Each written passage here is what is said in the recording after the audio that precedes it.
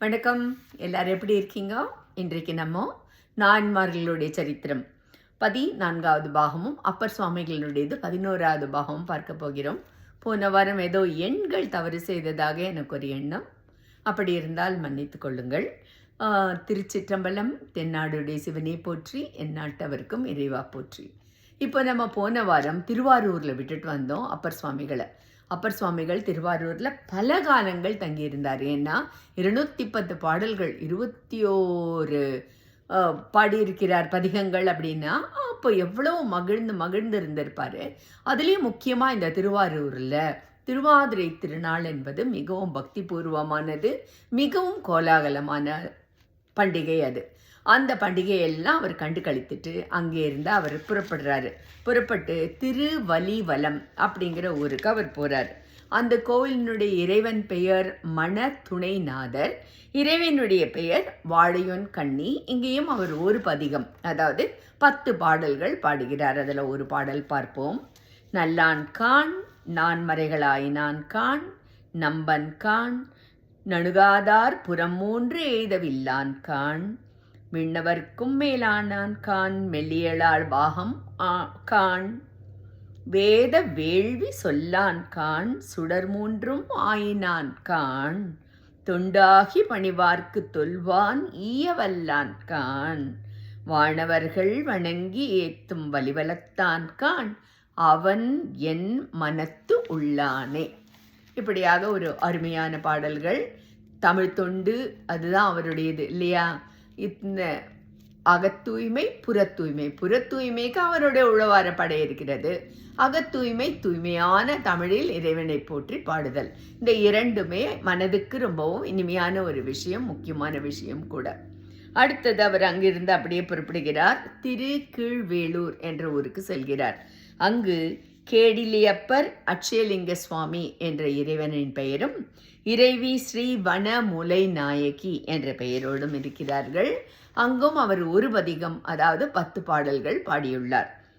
ஆளான அடியவர்க்கு அன்பன் தன்னை ஆள் அஞ்சும் ஆடியை நான் அபயம் புக்க தாளானை தன்னொப்பார் இல்லாதானை சந்தனமும் குங்குமமும் சாந்தும் தோய்ந்த தோளானை தோளாத முத்து ஒப்பானை தூவெழுத்த கோவணத்தை அறையில் ஆர்த்த கீழானை கீழ்வேளூர் ஆளும் கோவை கேடு இலியை நாடுமவர் கேடு இலாரே என்ற ஒரு அருமையான பாடல். அவர் அங்கே, அதுவும் ஒரு தெங்கரை கோவில். பிறகு அங்கிருந்து கன்றாப்பூர் என்ற ஊருக்கு வந்து சேருகிறார். இந்த ஊரிலும் பல கோவில் கதைகள் உள்ளது. அதை நாம் கோவில் வரிசையில் பார்ப்போம். இறைவனின் பெயர் நடுத்தரியப்பர் கன்றாப்பூர் நாதர், இறைவனுடைய பெயர் சௌந்தரநாயகி. இங்கும் அவர் ஒரு 10 பாடல்கள், அதாவது ஒரு பதிகம் பாடியுள்ளார். அதில் 9வது பாடல் கிடைக்கப் பெறவில்லை. அவர் பாடிய அந்த பாடலை பார்ப்போமா நம்ம? மாதினை ஓர் கூறுகந்தாய் மறைகுள் நாவா மதிசூடி வானவர்கள் தங்கட்கு எல்லாம் நாதனே என்று என்று பரவி நாளும் நைந்து உருகி வஞ்சகம் அற்று அன்பு கூர்ந்து வாதனையால் முப்பொழுதும் பூ நீர் கொண்டு வையல் மறவாது வாழ்த்தி ஏத்தி காத்தன்மையால் தொழும் அடியார் நெஞ்சினுள்ளே கன்றாப்பூர் நடுதரியை காணல் ஆமே என்ற ஒரு சிறந்த பாடல். அது பாடி முடிக்கிறார். அடுத்ததாக அவர் மிகவும் முக்கியமான ஒரு கோவில், இந்த கோவில் திருப்புகலூர் என்ற கோவில். அந்த கோவிலுக்கு வந்து சேருகிறார். அந்த கோவிலில் இறைவனுடைய பெயர் அக்னீஸ்வரர், இவர் மண் லிங்கம். அடுத்தது சரண்யபுரீஸ்வரர், பிரத்யக்ஷ வரதர், கோணபிரான் என்று பல நாமங்கள் கொண்டவர் இறைவன். இறைவி கருந்தார் குழலி சூலிகாம்பாள் என்று 2 பெயர்கள் கொண்டவள்.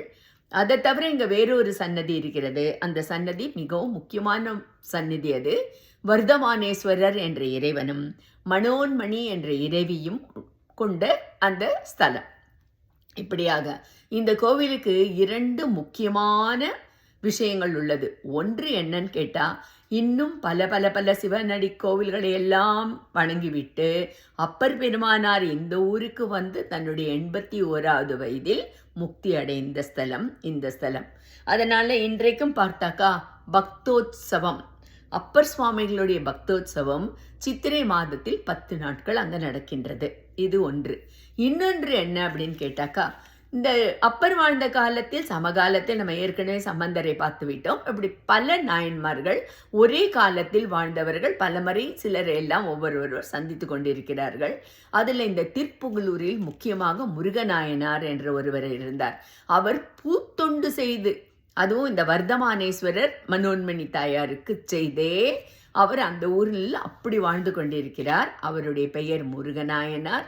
முருகநாயனார் மடம் என்ற ஒரு மடத்தை ஏற்படுத்தி பக்தர்களுக்கு எல்லா வசதியும் செய்து கொண்டிருக்கிறார். அப்படியான ஒருத்தர் இருக்கிறார்.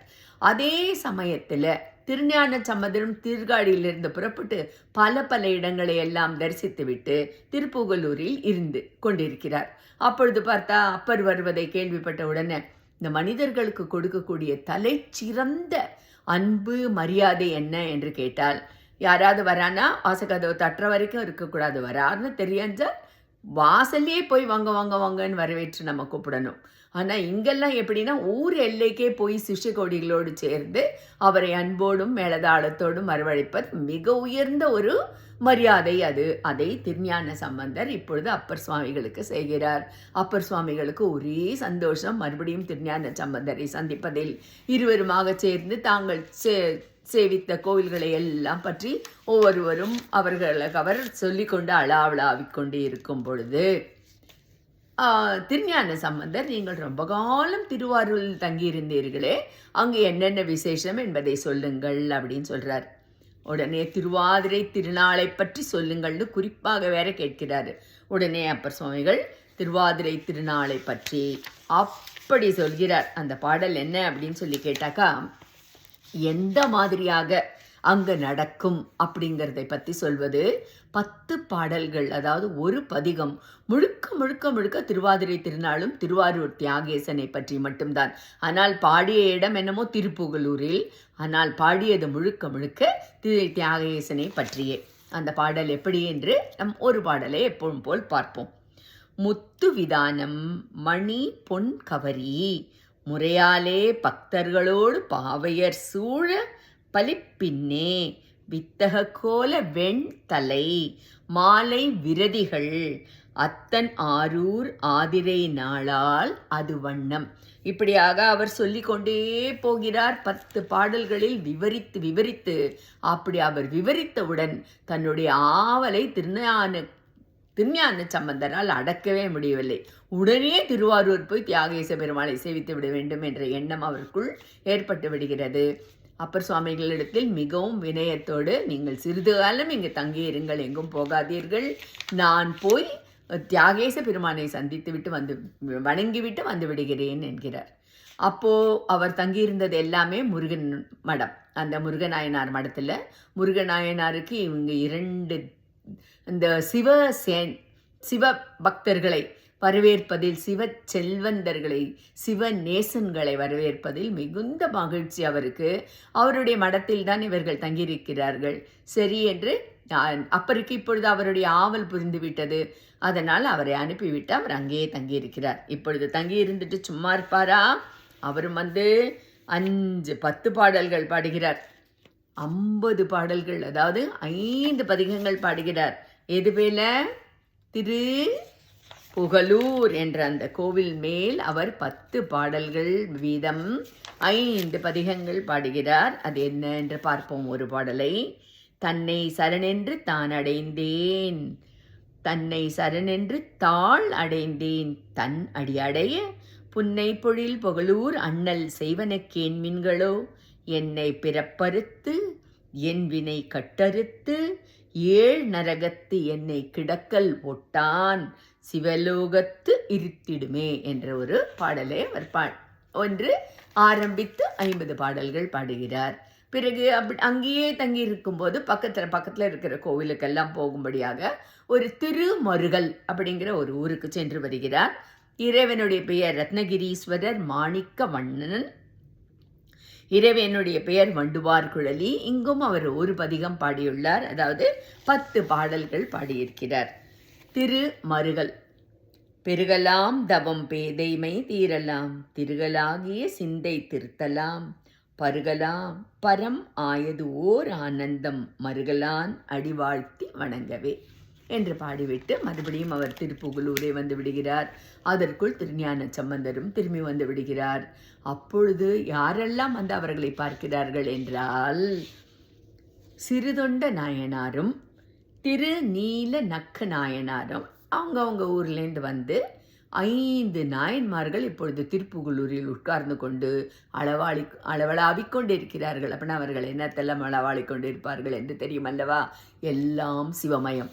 சிவன் சிவன் என்று சிவனை பற்றியே பாடல்கள் பாடிக்கொண்டே இருக்கிறார்கள், அவர்கள் பேசிக்கொண்டே இருக்கிறார்கள். இப்படியாக மிகவும் சந்தோஷத்தோடு அவர்கள் கொஞ்ச நாள் அங்கே இருக்கிறார்கள். இந்த சிறு தொண்டர் அப்படிங்கிறவரை பற்றி யாரெல்லாம் இந்த சிவகாமியின் சபதம், பார்த்திபன் கனவு இந்த மாதிரியான புத்தகங்கள்லாம் படித்திருக்கிறீர்களோ அவர்களுக்கு கண்டிப்பாக அவரை தெரியும். அப்படியா சிறுத்தொண்டரா, அப்படி யாரும் அங்கே வரவே இல்லையே அப்படின்னு கேட்பவர்களுக்கு பல்லவ மன்னனுடைய சேனாதிபதி பரஞ்சோதியை ஞாபகம் இருக்கிறதா? அந்த பரஞ்சோதி தான் இந்த சிறுதொண்டர். எப்படி அது பரஞ்சோதி எப்படி சிறுதொண்டர் ஆனார்? அவர் எப்படி நாயனார் ஆனார்? அவருக்கும் வாதாபி கணபதிக்கும் என்ன சம்பந்தம்? இதெல்லாம் நம் நாயனார்களின் வரிசை தானே பார்த்து கொண்டே இருக்கிறோம். அடுத்தடுத்து நாம் பார்க்கும்போது விவரமாக பார்ப்போம். பிறகு அங்கிருந்து திருஞான சம்பந்தரும் அப்பர் சுவாமிகளும் புறப்படுகிறார்கள். எங்கே வரார்கள் தெரியுமா? முக்கியமாக திருக்கடவூர். இந்த திருக்கடவூர் என்பது அபிராமி அம்மனுடைய கோவில். எப்போவுமே சில கோவில்களில் வந்து அம்மனுடைய பெயர் தான் பிரசித்தி. மதுரைனா மீனாட்சின்னு தான் சொல்கிறோம் இல்லையா? சோமநாதரை பற்றி சொல்வது கொஞ்சம் அபூர்வம் தான், சுந்தரேஸ்வரா என்று. அதனால் இந்த கோவிலையும் நம்ம திருக்கடவூர் அபிராமி அம்மன் கோவில் என்று தான் சொல்கிறோம்.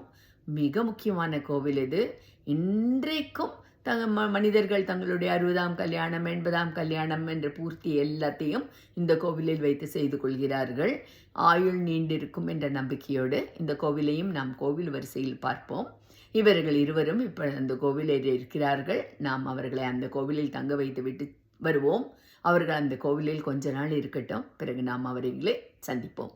அதுவரைக்கும் திருச்சிற்றம்பலம். தென்னாடுடைய சிவனை போற்றி, எந்நாட்டவருக்கும் இறைவா போற்றி. நன்றி, வணக்கம்.